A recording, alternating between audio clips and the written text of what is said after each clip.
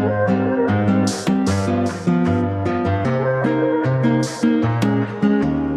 আলাইকুম।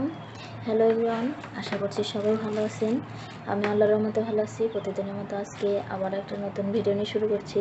আমি আজকে আপনাদেরকে পেঁয়াজ আর আলু দিয়ে পাকোড়া বানিয়ে দেখাবো। এজন্য পেঁয়াজ আর আলুটাকে ঝুরি করে কেটে নিছি, কেটে ধুয়ে এটাকে ডালার মধ্যে পানিটা ঝরিয়ে নিছি।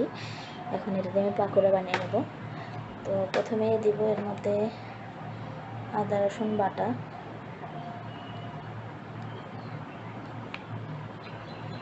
সামান্য পরিমাণে একটু আদা রসুন বাটা এর মধ্যে দিয়ে দেব। দেব এর মধ্যে লবণ, 1 চামচের মতো লবণ দেব। মরিচের গুঁড়া,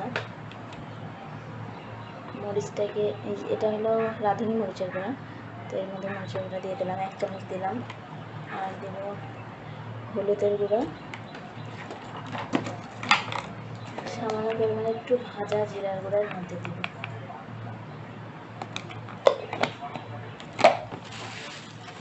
এখন এই পেঁয়াজটাকে ভালো করে একটু মেখে নেব।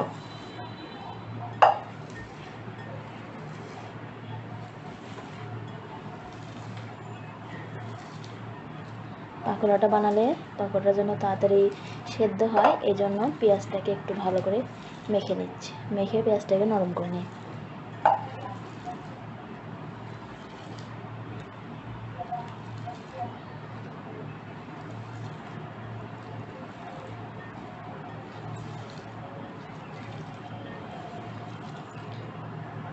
পেঁয়াজটা মেখে নেওয়া হয়ে গেছে। এখন এর মধ্যে দিয়ে দেব বেসন।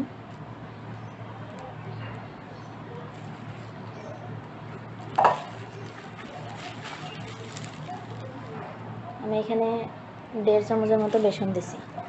এখন এটাকে ভালো করে মেখে নেব। এটা যেহেতু এটা দিয়ে আমি পাকোড়া বানাবো, তো এটাতে আমি কোনো প্রকার পানি দিব না। এই লবণ আর মশলা থেকে পানি বের হবে, এটা দিয়ে এটা আমি মেখে নেব।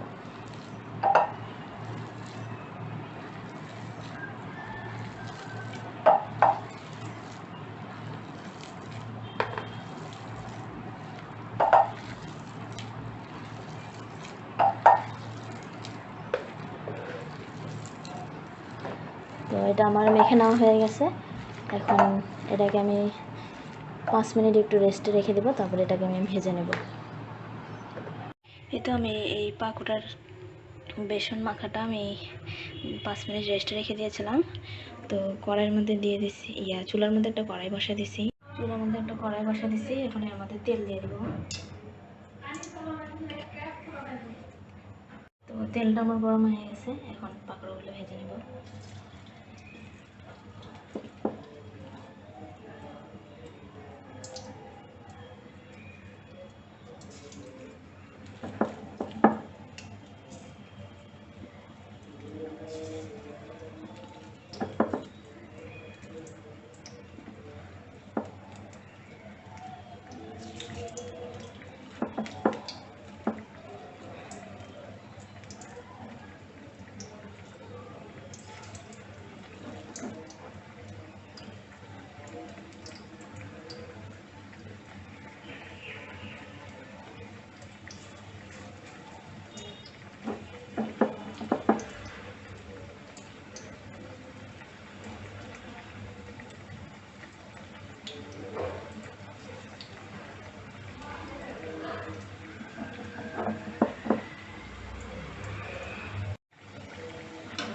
উল্টে দেবো।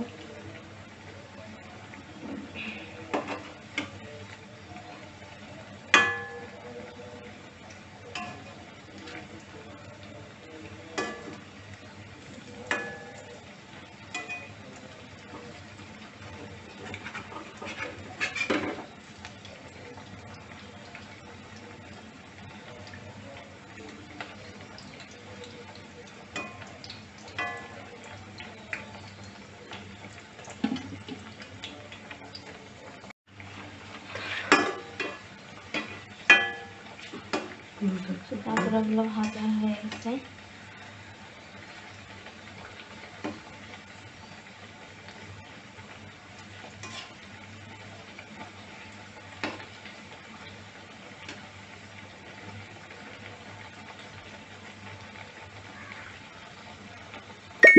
ভাজা হয়ে গেছে, এটাকে এখন তুলে নেব।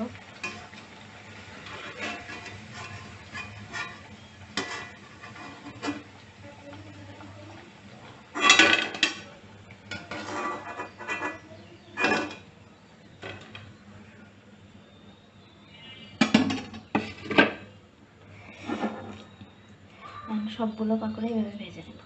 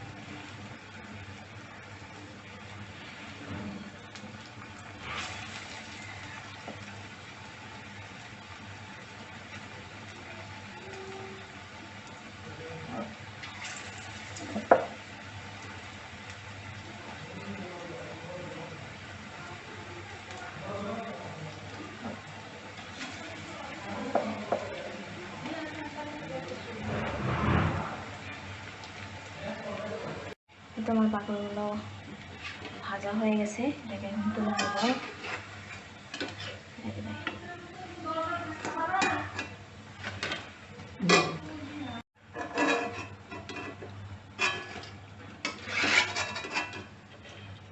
কিন্তু আমার সবগুলো পাকোড়াই ভাজা হয়ে গেছে।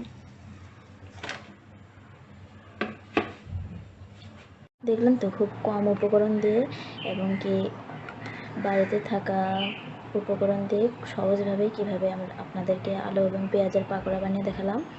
আপনারা বাসায় ট্রাই করবেন, আশা করছি আপনাদের ভিডিওটি ভালো লাগবে।